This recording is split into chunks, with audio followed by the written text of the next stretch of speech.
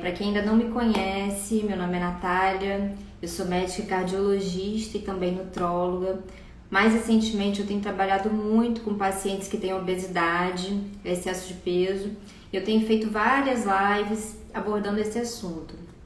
Hoje nosso assunto é muito interessante, passa por esse tema também. A gente vai falar sobre distúrbios do sono, principalmente a apneia do sono e onde que isso se cruza com a questão da obesidade. Isso é um tema que eu, de forma recorrente, pesquiso no meu consultório, se os pacientes têm distúrbios do sono, que embora muita gente não saiba, tratar a obesidade passa por esse assunto também, né? Além das questões que todo mundo já sabe de atividade física, de alimentação, do uso de medicamentos. Quando a gente tem questões como essa, distúrbios do sono envolvidos e outros, é muito importante que a gente tenha um tratamento direcionado em conjunto com o especialista para poder ter um melhor resultado em termos de controle do peso, né? Hoje eu vou ter a honra de conversar com um colega de trabalho maravilhoso, que é o Dr. Gunther. Ele é pneumologista e também ele é médico de trata distúrbios do sono. E eu vou te chamar agora pra gente conversar, tá bom, Gunther? Deixa eu só te achar aqui. Olá, Pronto. tudo bem, Gunther? Tudo bem, Natália. Tudo Consegue certinho. me Tudo escutar bem. bem? Sim, estou escutando bem. O meu som também tá bom para você? Tá ótimo, tá perfeito. Bom, primeiro eu queria te agradecer por você aceitar Opa. conversar comigo aqui um pouquinho. Estava falando um pouquinho para as pessoas, né, que a gente trabalha junto e eu acho você um excelente colega de trabalho, por isso que eu tive a ideia de te convidar. Acho que vai trazer informação de qualidade para os pacientes que têm suspeito de ter um distúrbio do sono. Enfim, será que você podia contar um pouquinho para a gente sobre você, quando que surgiu esse interesse em trabalhar também com doenças do sono, além das doenças pulmonares? Sim. Bom, eu sou pneumologista com formação, né? E quando a gente opta pela medicina, tem um dado momento quando a gente acaba o curso de medicina, você tem que pensar para que lado você vai se especializar. É o caminho natural, né? Então tem alguns que gostam mais de cirurgia, vão para a área cirúrgica, cirurgia geral, tudo mais. Outros mais área clínica, outros obstetrícia, pediatria. No meu caso foi área clínica. E dentro das opções dentro da área clínica, a cardiologia é uma delas, que você fez, eu optei pela pneumologia. E passando o tempo na pneumologia, você tem a oportunidade, assim como nas outras especialidades médicas, de depois fazer como se fossem subespecializações. Então você aprofunda ainda mais dentro daquele seu campo de atuação. E dentro da área da pneumologia, você tem várias opções. Então, você tem broncoscopia, na qual também fiz especialização, sou especialista em broncoscopia, né? E uma das áreas possíveis, área de atuação, é chamada medicina do sono, que é razoavelmente nova aqui no Brasil. Tem um Sim, pouco mais aí de 10 anos de existência, enquanto área de atuação na medicina. E eu achei um campo bastante interessante. Os temas que viam naquela época achava muito instigantes e acabei fazendo a formação em medicina do sono. No grupo que perfeito. foi lá em São Paulo, na FIP, dos grupos mundiais, é um dos que três mais publicam artigos e pesquisas científicas dentro da medicina do sono. É um grupo muito forte e acho que foi o pioneiro na formação de pessoas no Brasil em medicina do sono. Nossa, Então, muito esse legal. foi meu caminho. Legal. Exato. Então, eu fiquei muito interessada em falar sobre esse assunto. Primeiro, porque eu trabalho muito com obesidade e no meu consultório a incidência de apneia do sono é muito frequente e com frequência eu também percebo que é uma doença que é subdiagnosticada. Ou seja, ela existe mais do que as pessoas sabem existir, né?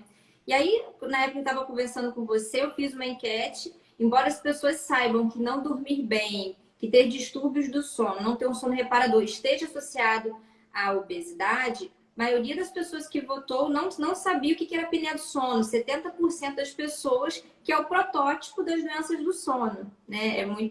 Pelo menos até onde eu sei, uma das mais frequentes. Será que você poderia explicar assim pra gente o que é a apneia do sono? Por que isso acontece? Sim. Bom, vamos lá.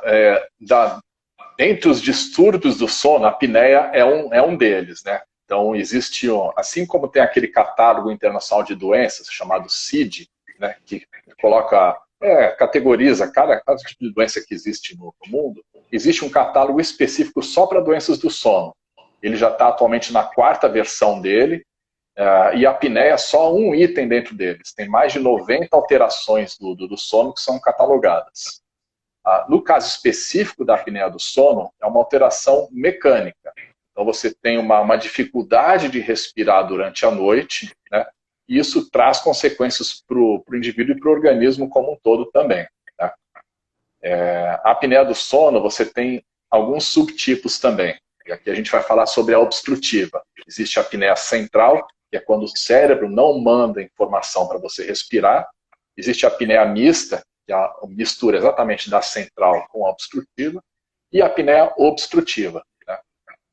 O que é a apneia obstrutiva? É quando você tem o estímulo para respirar, né?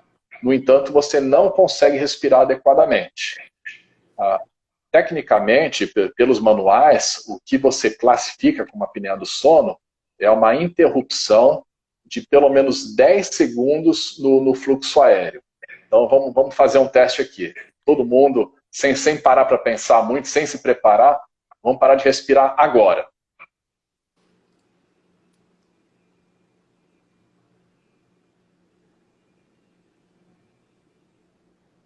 Pode respirar. Às vezes, se você não preparado, te dá uma angústia, né? Pô, vou parar só 10 segundinhos. Mas esse é o tempo mínimo que é estipulado para você determinar que aquilo foi uma apneia. Mesmo que leve. Mesmo que leve, Então, a apneia dura pelo menos 10 segundos. Se for menos do que isso, não é apneia.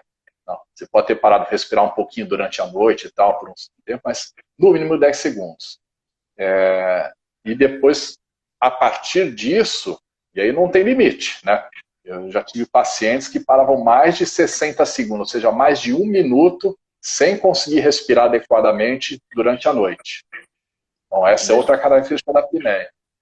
Só acontecer quando você está dormindo, não é acordado. Entendi.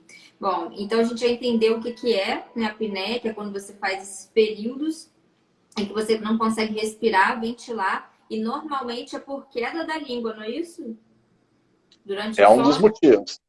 É um dos motivos. Chama apneia obstrutiva do sono. Então, só acontece quando você está dormindo e ela é uma obstrução.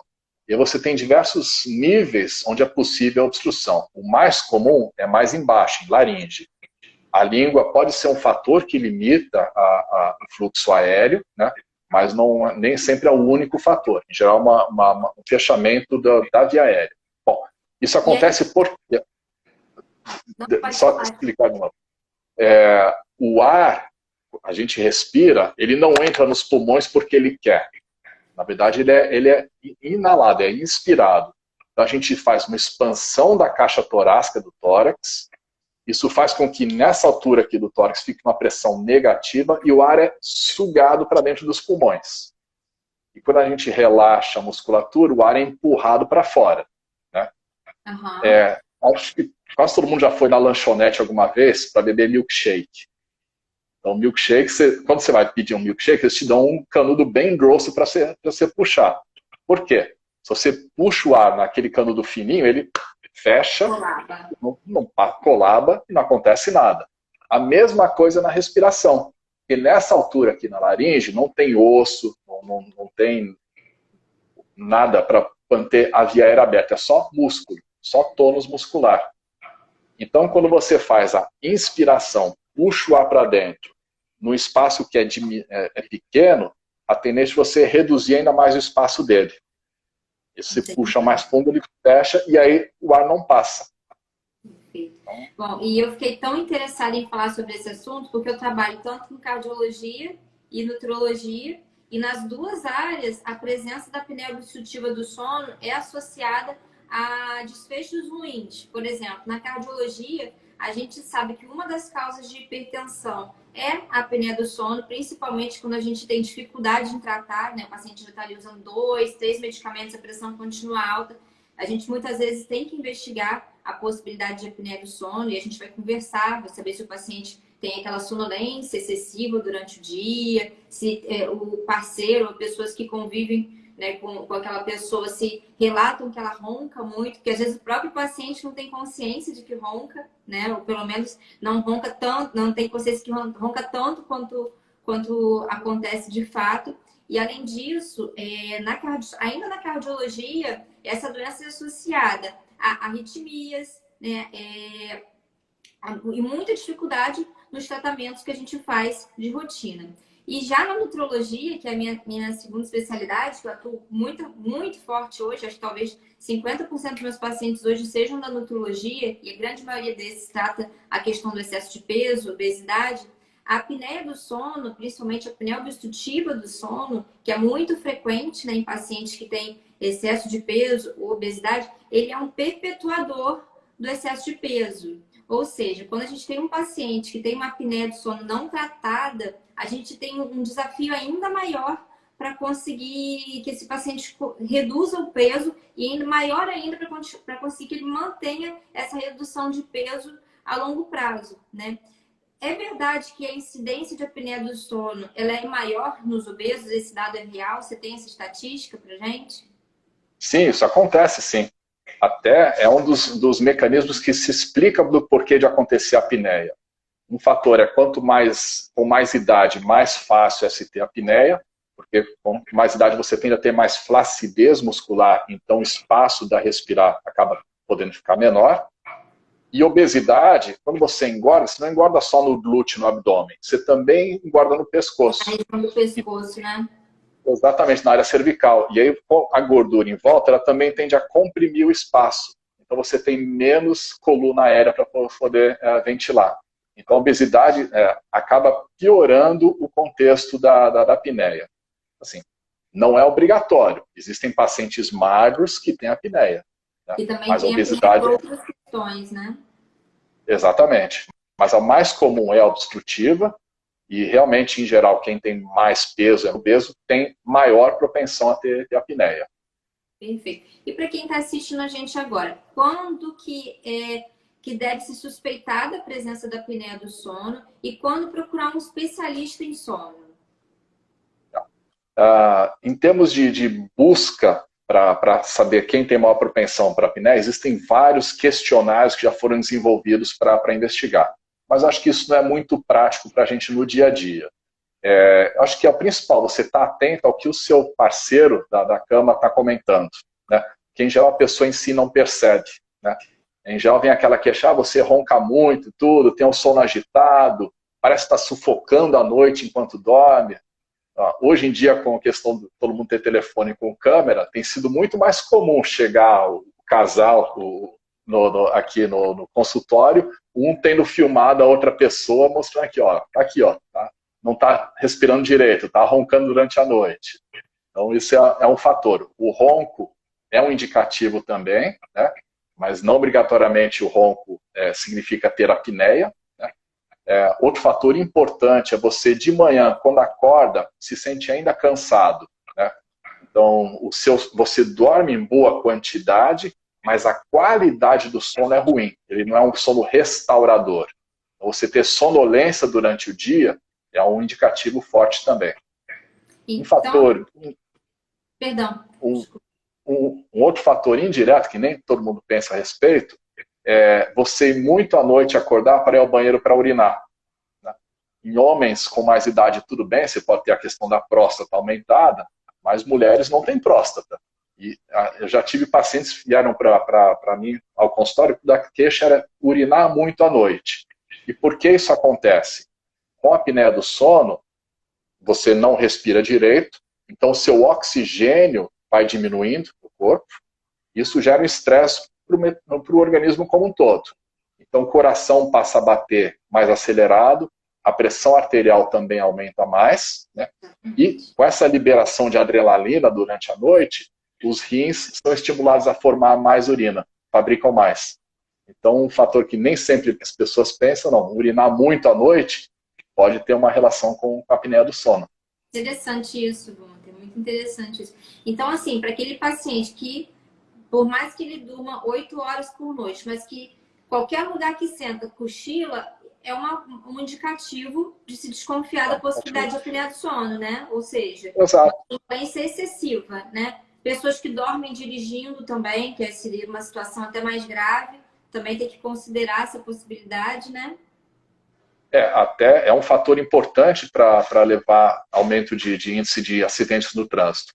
Tanto que, há alguns anos, quando foi revista a questão da liberação e os testes médicos para poder se liberar alguém para dirigir, passou-se a ser obrigatório entre os motoristas profissionais responder um questionário chamado questionário de Epworth, que é um questionário que te dá a maior ou menor probabilidade de ter apneia. Então, a partir de uma certa pontuação nesse questionário, você, se for tentar tirar uma carteira de motorista profissional, se tiver uma pontuação alta nele, você é direcionado a fazer um exame chamado polissonografia, que através desse exame, você sim consegue fazer o diagnóstico de apneia, né? Então, você tem fatores de suspeita, ronco, sufocamento durante a noite, cansaço durante o dia, muita urina, dificuldade no controle da pressão arterial, isso os cardiologistas acabam percebendo, obesidade, são fatores que levam a gente a pensar nesse sentido. Mas para ter certeza, você tem que ter algo comprovando. E isso faz através do exame chamado polissonografia. Um exame que é feito durante a noite. Isso que eu ia te pedir para você explicar como que é esse exame, que às vezes é um desafio também, porque eu solicito polissonografia com muita frequência aqui no consultório, muita frequência. Mas como é um exame que é feito à noite, né? E na maioria dos casos, feito numa clínica, alguns pacientes têm uma resistência a fazer o exame, ficam protelando. Eu trago no mês seguinte. No mês seguinte, quando você vai ver se já pediu o exame há 7 meses, 8 meses, o paciente não fez. E o tratamento não fica um tratamento completo quando você não aborda todas as questões, né? Eu costumo dizer o seguinte, quando você trata a obesidade, especificamente, você tem que cercar o paciente de todos os lados, da parte alimentar, da parte emocional, da parte de atividade física e também do sono. Então, como é que essa polissonografia, quais as alternativas que a gente tem? Pensa só no teu caso, a questão da obesidade, né? Se a pessoa já acorda cansada, não tem aquela dinâmica toda, mas como ela vai conseguir se manter estimulada a, por exemplo, começar uma atividade física? Então, dificulta também a questão da perda do peso, né? Do controle. Exato. Então, é ruim. E aí, para poder ter o diagnóstico, você faz isso. É um exame que é feito durante a noite, porque a apneia só acontece quando você está dormindo, né? E aí você tem opções de fazer, grande parte deles é um exame em clínica, então você vai até um local e lá coloca uma série de sensores, são 11 parâmetros diferentes que são estudados, então não é só a respiração, mas tem 11 parâmetros. Você dorme com aquela fiação toda. Todo mundo pergunta se vai conseguir dormir ou não, mas em geral, quem tem apneia já é mais sonolento acaba conseguindo. E aí você coleta esses dados todos para poder analisar. Existe a possibilidade também de fazer em casa, em residência, esse exame, né? Não é tão ofertado assim, mas é uma possibilidade também, de você fazer na sua casa, na sua residência. O que é interessante é que você está no seu ambiente, está com o seu colchão, com o seu travesseiro, com a temperatura que você está habituado, né? Os ruídos e o contexto todo. Então, isso talvez seja mais confortável, né? Em termos de impacto no resultado, quem tem apneia aqui vai ter, quando estiver aqui, dormindo no Japão, na Tailândia, qualquer local, vai continuar tendo apneia. Mas os outros contextos que envolvem o sono, aí sim podem ser influenciados pelo ambiente. Tem gente que, quando viaja, não consegue ir ao banheiro, né? Então, para o dormir, tem gente que não consegue dormir direito quando está fora de casa. E aí sim pode comprometer o resultado do exame. Perfeito.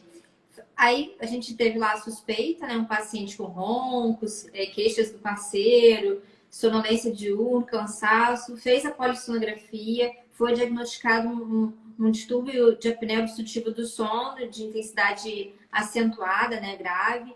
Qual é o tratamento? Quais as opções que a gente tem para oferecer para os nossos pacientes?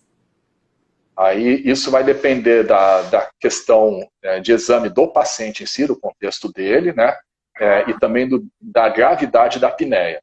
Então, por exemplo, para apneia leve, que é 5 até 15 eventos por hora, até 5 apneias por hora é considerado aceitável. De 5 a 15 chama apneia leve. Para esses pacientes que não têm alteração da articulação temporomandibular, nem alteração dentária, é possível usar, chama de dispositivo intraoral.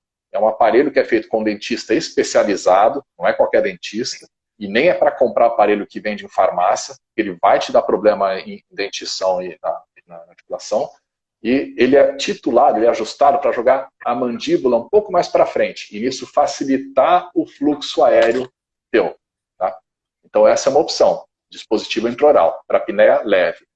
E para todos os outros tipos de apneia, seja leve ou a moderada, que é de 15 a 30 eventos por hora, ou apneia grave, mais de 30 eventos de apneia por hora, ou seja, um a cada 2 minutos, pelo menos, para esses você tem opções cirúrgicas, mas boa parte das cirurgias não resolve, ela apenas melhora. Então, desvio de septo, adenoide, tem diversas cirurgias que podem melhorar o fluxo aéreo durante a noite. Ou então, o principal tratamento que é utilizado, que é o chamado CPAP, que é um aparelho que vai pegar o ar que está no ambiente aqui, ele comprime o aparelho e te entrega ele com uma pressão um pouco maior. E nisso, a tua via aérea fica mais aberta e você passa a ter o controle de não ter mais apneias. E se o aparelho estiver ajustado corretamente, você usando corretamente, também não vai ter ronco. Então, às vezes você leva o consultório a queixa por conta do ronco, descobre que tem apneia e ao tratar a apneia, zero ronco também. Então, tudo em paz em casa. Perfeito. Você falou que a apneia grave são quantas apneias por hora? De 5 a 15 eventos por hora é considerado apneia leve. Mas eu já tive pacientes, mesmo com apneia leve, que tinham muito sintoma. Né? Então, de tal forma, você tem que... E a grave acima de 30 eventos por hora. Nossa, imagina, você ficar 30 vezes sem respirar direito em 1 hora é muita coisa, né? Uma a cada 2 minutos. É um volume incrível. Já tive pacientes com mais de 100 eventos por hora, ou seja, mais de 1 por minuto. E aquilo que a gente testou no começo da live aqui, você parar por pelo menos 10 segundos sem respirar. Você imagina isso seguidamente. Exato. E em tempos maiores ainda. É muito interessante, né? O Gunther está explicando sobre o tratamento. Um dos tratamentos que eu vejo com muita frequência é o uso do CPAP, que é essa máscara, né? Esse dispositivo que é colocado no rosto. Lá, alguns anos atrás, eu lembro que as máscaras eram bem maiores, né? Outro dia eu vi que você postou no seu Instagram uma máscara pequenininha, super confortável, super bonitinha. Estou aqui com ela. É uma dos modelos mais novos, né? É toda de silicone, então é toda molinha, né? Tudo. Bem confortável, né? Bem confortável. O contato no nariz é mínimo, não entra na narina, só encosta aqui na frente. E com isso consegue manter essa pressão mais alta e liberar a via aérea. Então, tem até um paciente meu que tinha tanta apneia tal, a esposa que levou ele para o consultório, né? E aí a esposa sentiu falta do ronco do paciente, comprou um ventilador para ficar fazendo algum barulho dentro de casa. Imagina, ela não está acostumada com aquilo, né? E de repente, aquele silêncio. Exato, o silêncio e tal. Porque os aparelhos também são silenciosos, né? Tem essa dúvida, às vezes, vou colocar um CPAP aqui, não vou conseguir dormir porque é barulhento. Não, ele é bastante silencioso. E é interessante que os pacientes que aceitam começar o tratamento, é muito interessante, que muitos falam assim, tá bom, eu vou ver como é que vai ser, vou ver se eu vou me adaptar a isso. Mas a maioria reporta se sentir tão melhor ao longo do dia, ter um sono tão mais reparador, o parceiro, né, o familiar que dorme junto, também melhora o padrão do sono da pessoa que dorme junto, que eles não querem largar o tratamento jamais. Aquilo, assim, passa a fazer uma parte naturalmente da vida do paciente, trazendo muito benefício em termos de saúde global, melhora da pressão, redução do cortisol, a inflamação do corpo, que a gente sabe que quando tem essas apneias muito frequentes, a gente fica com o corpo inflamado, entre aspas, né? Com níveis mais altos de cortisol, com a pressão mais alta, liberação de adrenalina, tudo isso fica melhor. Então, assim, é um tratamento para quem tem essa suspeita, precisa fazer o diagnóstico e considerar, seja com CPAP, com dispositivo, ou seja, ter opinião real de um especialista, né, Gunther? Eu tenho uma pergunta para te fazer. Como eu trabalho com obesidade, com alguma frequência, né? Por exemplo, eu pego um paciente com 125, 130 quilos, a gente começa um tratamento. cerca de 5, 6 meses. Aí ele tem o diagnóstico de apneia e faz o tratamento com CPAP. Cerca de 5, 6 meses depois, a gente tem uma redução desse peso, vai ali para 95 quilos, 98. Em que momento a gente deve fazer uma nova polissonografia para avaliar se esse paciente pode deixar de usar o CPAP ou isso aí é por período indeterminado? Como que é feito esse acompanhamento? Não, um dos fatores que impacta muito a questão da evolução da apneia é justamente a questão do sobrepeso e obesidade, né? Então, à medida que você ganha ou perca 10% daquele peso no qual você fez a polissonografia, ganhou 10 ou diminuiu em 10%, isso sim pode dar um impacto significativo no grau de apneia. Então, às vezes você tem um paciente teu, Natália, que tem uma apneia leve, que seja, e ele é muito obeso e conseguiu perder peso, talvez ele até não precise usar nada de tratamento depois. Talvez só essa perda de peso seja suficiente para resolver a questão da apneia dele. Né? Mas precisa repetir a polissonografia para poder ter certeza, né? Para poder comprovar, exato. Né? Enquanto isso, você tem que seguir tratando, né? Não adianta nada. E assim, a apneia é uma alteração mecânica, então você trata mecanicamente também. Não existe uma pílula, um comprimido, uma fórmula mágica para você tratar. São tratamentos mecânicos. E também tem coisa esquisita por aí. Às vezes, um tempo atrás, aparecia muito em rede social a propaganda de um negocinho que se encaixava aqui na frente do nariz para resolver a apneia. Não existe, tá? Não adianta É nada. fake. É fake.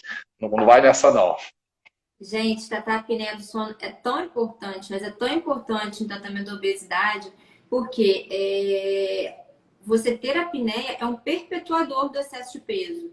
Para quem não sabe, né, até muitos colegas médicos não sabem, a cada episódio desse de apneia, né, quanto mais frequente essa incidência de apneia, mais hormônio da fome é produzido, porque quanto pior a qualidade do sono do paciente, né? Quanto menos reparador é esse sono, mais fome o paciente sente e menor a capacidade desse paciente sentir saciedade. Então, assim, tratar a obesidade é um desafio, é muito difícil. Né? É uma doença crônica, cada vez mais a gente tem convicção que a obesidade é uma doença e cada vez mais eu converso com os pacientes que a gente tem que cercar de todos os lados. Mais uma vez eu falo, é alimentação, é atividade física, seja uma caminhada, seja o que for. Hoje em dia já tem alguns estudos falando até da flora intestinal, que tem um impacto na questão do excesso de peso. O percentual de massa muscular que esse paciente tem, quanto mais músculo esse paciente tem, melhor vai ser a chance dele não recuperar o peso. E tratar os distúrbios do sono também, porque não adianta você ter um paciente que faz um tratamento, ele perde peso, se você não tratar todas as causas que podem favorecer que ele tenha uma recuperação de peso, que é o maior desafio no tratamento da obesidade, a gente não vai ter um sucesso em termos disso, né? Você gostaria de falar mais alguma coisa pra gente nesse cenário que a gente está abordando hoje? Parabenizar nessa questão da visão global. Não é só, vou cortar massas na minha alimentação e pronto. Não é assim, não. Se fosse fácil assim, estava todo mundo esbelto por aí. Não? Tem que ter uma visão global mesmo, e acho que o grande mérito nisso, ainda mais você conseguindo conciliar a questão da nutrologia junto com a questão da cardiologia, é essencial isso, para poder trazer benefício efetivo para os pacientes. Então, é por aí mesmo, tem que estar atento, né? A gente mostrou sinais hoje aqui que podem levar você a pensar em apneia e tratar isso, porque vai fazer a médio e longo prazo, traz benefício para o teu corpo. Eu costumo brincar com os pacientes. Para você chegar bem aos 100 anos de idade, você tem que ter uma estrada bem asfaltada para lá. Então, essa é uma das partes que você faz o asfaltamento aí da sua estrada para a longevidade, com qualidade. Nossa, né? E a gente vai junto conhecendo os pacientes, né, Gunter? Bom, essa live de hoje eu tinha combinado com o Gunter que seria bem pequenininha, uma live de 30 minutos, mas eu quero mais à frente voltar a conversar com você sobre esse assunto, porque eu acho que a gente tem a obrigação de trazer informação de qualidade, né? Hoje em dia tem tanta informação que mais atrapalha que ajuda na internet, então quando eu converso com um profissional sério, que sabe o que está falando e que tem um potencial enorme para ajudar as pessoas através de informação de qualidade, eu acho que é sempre muito bom. E eu acho que essa live de hoje, apesar de bem curtinha, traz algumas mensagens, né? Vou fazer aqui um resumo, e se eu estiver esquecendo de alguma coisa, você me ajuda, tá bom?